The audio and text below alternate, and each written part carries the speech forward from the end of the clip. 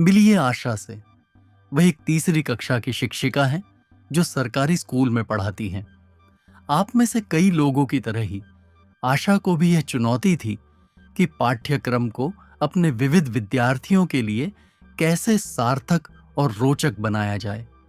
वह हमेशा इस कोशिश में रहीं कि किताबों के ज्ञान और अपने विद्यार्थियों की जीवन दुनिया के बीच की दूरी को कैसे कम किया जाए।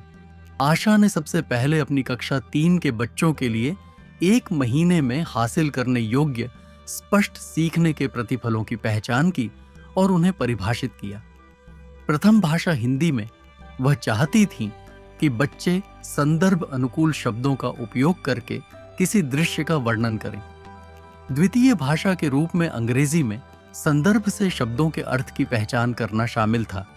गणित में आंकड़ों का संग्रह और उनका निरूपण शामिल था और परिवेश में दी गए मानदंडों के आधार पर वस्तुओं का वर्गीकरण करना शामिल था।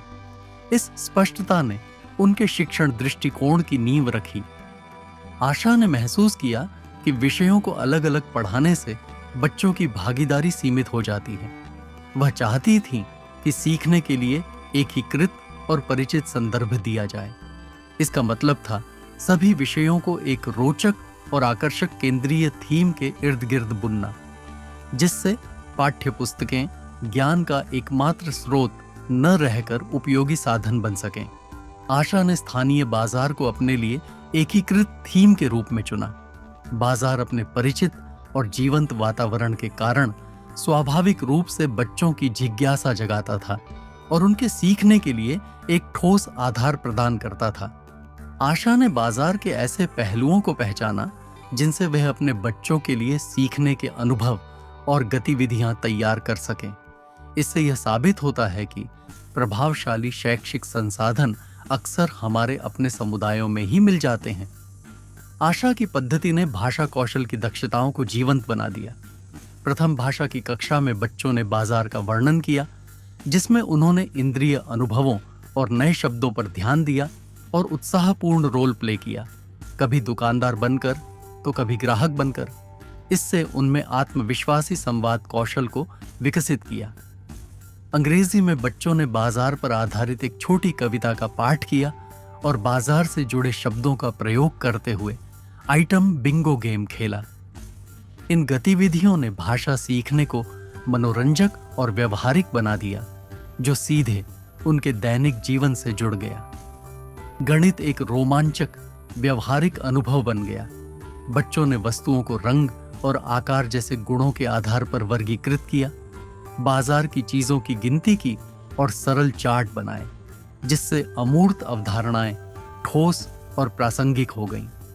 परिवेश में आशा ने अपनी कक्षा को वास्तविक वस्तुओं और चित्रों की मदद से एक छोटे बाजार में बदल दिया। बच्चे बाजार के खोजी बने और संकेतों के आधार पर वस्तुएं खोजने लगे, जैसे स्रोत, उत्पत्ति और उपयोग। समूहों में उन्होंने वस्तुओं को नाम दिए और अपने साथियों के सामने प्रस्तुत किया, जिससे उनमें आलोचनात्मक सोच को बढ़ावा मिला। परिणाम सचमुच प्रेरणादायक थे। आशा की कक्षा के बच्चे स्पष्ट रूप से अधिक सक्रिय रहे और उन्होंने रटने के बजाय सक्रिय भागीदारी के माध्यम से अपने सीख को प्रदर्शित किया। मूल्यांकन स्वाभाविक बन गया और गतिविधियों के भीतर ही सहजता से जुड़ गया। थीम आधारित शिक्षण पारंपरिक सीमाओं से आगे ले जाता है। यह संवाद, तर्क, अवलोकन और अभिव्यक्ति जैसी क्षमताओं को विकसित करता है, जो दैनिक जीवन से जुड़ी होती हैं। ये गहन समझ और दीर्घकालिक स्मरण को संभव बनाता है।